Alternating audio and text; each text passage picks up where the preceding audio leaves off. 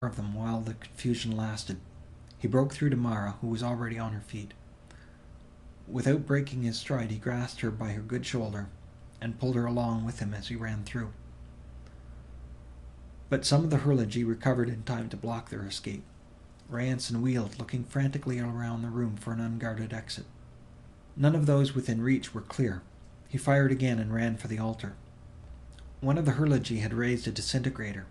Rayanson caught him with the stunner as he fired, and the beam of the alien's weapon shot past his leg, digging a pit into the floor beyond him. Other weapons were raised now.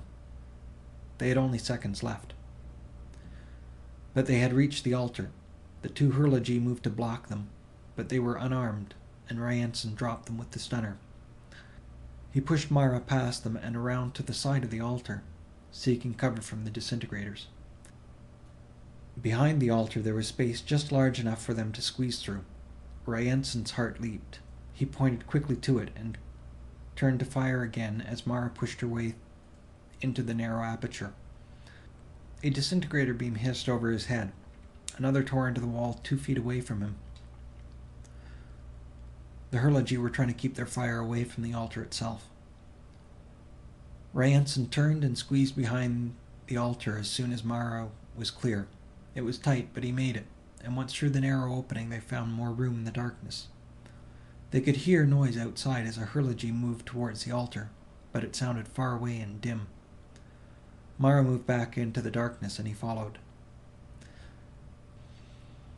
They moved perhaps 20 feet into the wall behind the altar before they were brought to a halt. The passage ended. Well, no matter. If it were not an escape route, at least it would afford cover from the weapons of the Hurlogy. Rayanson dropped to the floor and rested.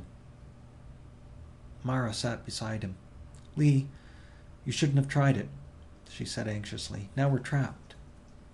He felt her hand touch his face in the darkness. "Maybe," he said, "but we may be able to catch them off their guard again, and if so, we may be able to get out." She was silent. He felt her lean against his shoulder wearily, her hair soft against his neck. Then he remembered that she had been hurt. "What happened to your arm? And you were bleeding." "I think it's broken. The bleeding was nothing, though. You should see yourself. You were so tattered and bloody when you came in that I hardly knew you. Knights should come in more properly shining armor." He grinned wearily. "Wait till next time." "Lee, where are we?"